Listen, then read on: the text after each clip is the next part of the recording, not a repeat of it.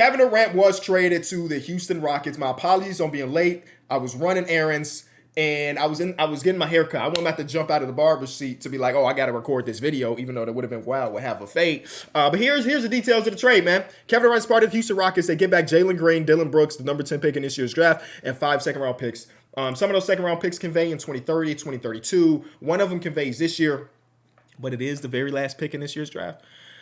So it is officially done. Now, we've known Kevin Durant's preferred destinations. We've known the teams that were interested. Could they have waited one extra day to break this news? Probably. So we could just focus on Game 7. Something historic happening in the NBA right now. But no, we do get the Kevin Durant trade, and I got a lot to talk about. I actually do like that I wasn't able to record the video immediately, because when I first saw this trade break, as I'm sitting still to get my lineup, I see Jalen Green is in it, and my immediate reaction was like, okay, that's interesting. But because it got Devin Booker and because it got Bradley Beal, Jalen Green probably gets rerouted to another team. And I'm thinking in my head, who can those teams be? Who would be interested in Jalen Green at this point based on what he just did in the postseason last year? But then we got a report from Gambo that says that Ishbia and them plan on keeping Jalen Green. So I would have came to this video talking about different destinations for Jalen Green. The only destination that matters is the Phoenix Suns for him. I'm also happy because, immediate reaction was, wow, that's it. Now, obviously the Suns had zero leverage. We've all known Kevin Durant wanted out. We all know that they wanted to trade him away. We all knew that the Suns wanted to complete the trade before the draft because they wanted some draft capital in it. So when you think about them having zero leverage, yeah, I still thought like, damn, that's just not a lot. And then Shams Charania reports one of the other trade offers that were on the table, which was Jaime Jaquez, Nikola Jovic, Hayward Highsmith, and pick 20. And I'm like, all right, yeah, Houston trade was pretty good. But I can't look at this trade for the Suns as a one-to-one we traded away Kevin Durant, because you got to think about the 6 trades that lead it up to the point where this ended up being the case. With Cam Johnson, with Chris Paul, with Mikal Bridges, the second-round picks and the first-round picks that they gave up for it to boil down to Jalen Green, Dylan Brooks, and whoever they drafted at 10. I feel bad. This team was a finals team just a few years ago, man. That team was lovable in my personal opinion. Now, my favorite player was on the team, but I really enjoyed watching those teams go on that championship run. What they lost in the finals, but you get what I'm saying. That run to end up being in the finals, and Devin Booker at that point, I think is only 24 years old. He's like, oh, he'll be back. You get the moment where the Bucks are celebrating and Devin Booker's on the court, like, damn. And I'm like, oh, don't worry, Devin, you're only 24. You'll be back. And now here he is at what? Now is he what? Age 27, and he looking around like.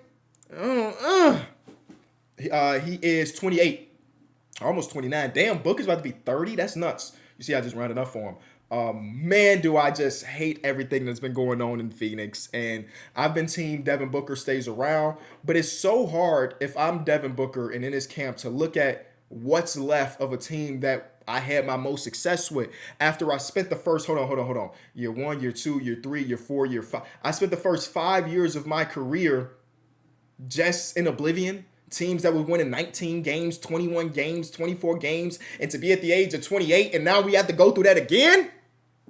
I thought that may have been a world before any trade happened that like the Suns can recruit some assets, so you think to yourself, okay, maybe this is a 1 or 2 year retooling and we'll be back to not being contenders like they were in 2021, but at least being competent enough to say we're competing for a playoff spot. I just don't see that as the case anymore given what they got back in this trade.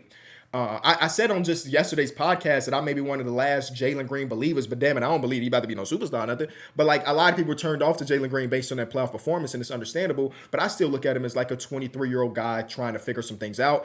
But this is one of his worst scenarios, if you ask me, as far as trying to figure out who he can become as a player and how does this impact the Devin. It's just a lot, man. It's just a lot. And I wonder if we're ever going to get like some of the other teams that were interested, like the Houston Rockets apparently were interested. I'm sorry, not the Houston Rockets. The Toronto Raptors were interested, figuring out what the hell that was. What were the Spurs offering? Maybe it was pick 14 and just filler like a Harrison Barnes and change, and none of them had the upside of maybe what Jalen Green for number 2 overall pick could be. I feel for Suns fans, though. I truly, truly do. Thinking about what this team would look like, I don't know.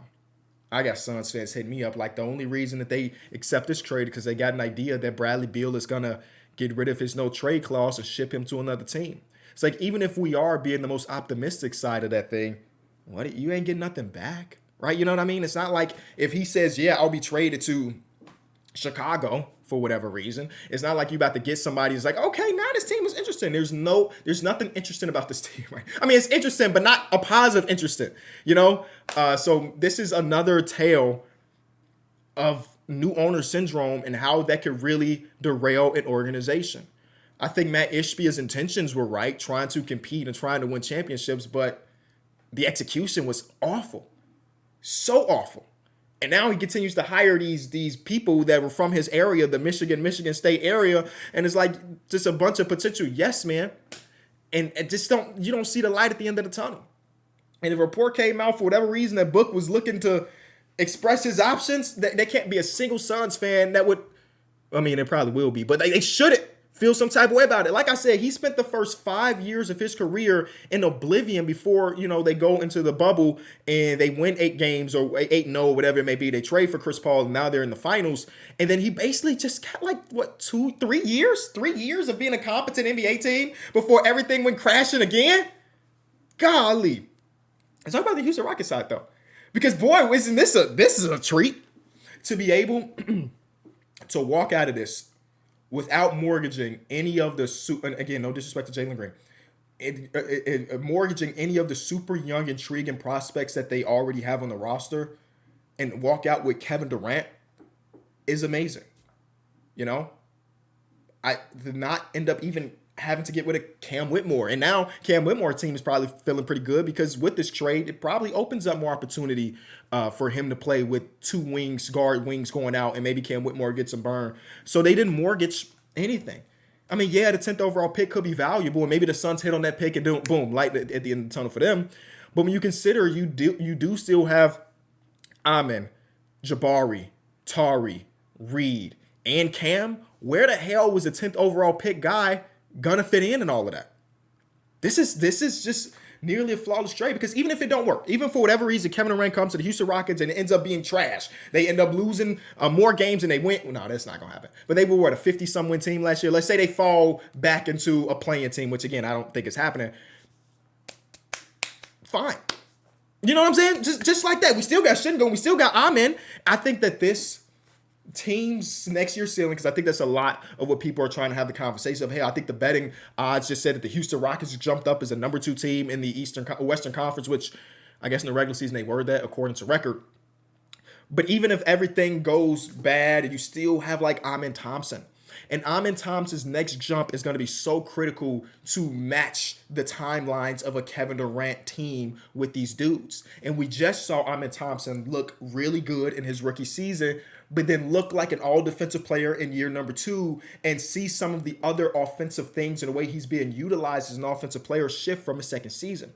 Now with the added spacing and creation that is Kevin Durant, I don't know what the hell happens with Amen Thompson next, but I guarantee you it's going to be something positive. This team was a team that went to the postseason, and they took the Golden State Warriors to 7. With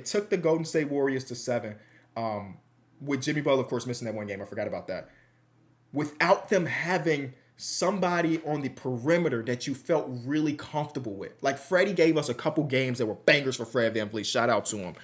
But without them having a go-to scorer and a potential go-to closer, they took the Warriors to 7. Like, that is nuts.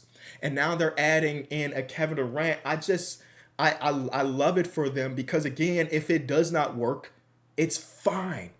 It's fine. Because not only do you hold your own future, you still hold the Phoenix Suns' future. The Suns didn't get back their picks in this trade. 2027 for the Suns is still in your treasure trove. So, again, Rafael Stone has been doing an amazing job over there in Houston. And I'm excited to see what happens next. It feels weird to see Kevin Durant on another team. To see the clips of them announcing the trade where he was on stage is pretty fun. He just did an interview with Kate Adams where he said he knew that the trade was about to happen, but it was fun that it happened on stage. Wow, what a trade! What a trade! I think that even though they gave up Dylan Brooks, they still will have the defensive infrastructure to stay great. And Kevin Durant gave us flashes of really good defense last season, specifically in the beginning of the season, and then it just wavered as the season went on. But he's also 37 years old, so I don't expect him to be the rim protector deterrent that maybe he was 2 years ago. But because they do have Amen and they will still have a combination of Tari and Jabari and so on and so forth, I don't expect this team defensively to drop off too much. I mean, yeah, they sacrificed some of that, but think about the offensive upside that Kevin Durant is really bringing to the team. And I just had to quickly go through with this because I was like, I remember, some things about Kevin Durant last season. I'm just looking at overall game log and I'm just sitting here counting. They were 3-17 when he didn't play last season, and that's a huge one, right? That's a huge one. Can we get Kevin Durant to play more? Right? That's a big question. Would he be able to stay healthy for a postseason run? But some of these stretches are really bad, and then you also count them up. They were 33-29 with him last season. So obviously, Kevin Durant is still a really good player. He ain't the player that he was in 2012, but who the hell is, right? He still averages of 26, 6 and 4, 50, 40, 84. Whew, that's a bad man. That's a bad man. And that bad man is now going to the Houston Rockets. So really excited about how creative they could get offensively with Kevin Durant on the roster now as like a guy that couldn't be a decoy and also be like, just give me the ball and let me rock out. I feel like they didn't really have that too much. Jalen Green did provide a good amount of like rim pressure, especially later on throughout the season. Kevin Durant doesn't really do that as much. He still drives a ton, but it's more drive to pull-ups instead of drive to get to the paint and get 2 feet in. We'll see if that maybe shifts, but he also, again, is 37 years old. I can't ask him to go out there and attempt 7 free throws a game or 13 free throws a game or something. What did he average last year from the line? He shot 6. He shot 6 last year. He shot 6. That's fair. That's fair for that old man. I mean, his third year, he shot 10 and 90%. Oh, my God, bro. Hey, man, I still appreciate Kevin Durant and how great he is, even if the team has been trash. He's played 35 games, 55 games, 47 games, 75 games last year, and then 62 games. So you just keep your fingers crossed that you could get a really healthy season. But again, there's no downside. Like usually if you like Desmond Bane trade, even though I really like it for the Orlando Magic, the downside is he doesn't help them get over the hump, and now you just mortgage 5 years worth of draft picks. You didn't do that. You didn't do that in this trade, dog. I love for when a team is the reciprocant of a star player with no value, because more likely than not, that player is still really good, right? Kevin Durant didn't have any value, not because he's bad, but because there's no leverage from the opposing team. If Kevin Durant was a surprise trade candidate, let's say the Suns just won 50 games, and for whatever reason he's low key available, I promise you the trade package will be higher. But like, if we're the Rockets and we're the Spurs and we're Miami, why are we competing against each other to get the guy that we know has to be traded? Anyway, really excited about what Kevin Durant could do. Jalen Green starting with Devin Booker. They were already just such a poor defensive team, man. They were 28th in defense last year. Still don't know who their center is going to be next year. Hell, we don't know any of their wings. They really are just a team of guard play. Guard play. And I just remembered the Marshawn Brooks thing. Remember Marshawn Brooks in 2017 or 2018 got traded, but they thought it was Dylan Brooks. Now they finally get Dylan Brooks. So that's a dub, I guess.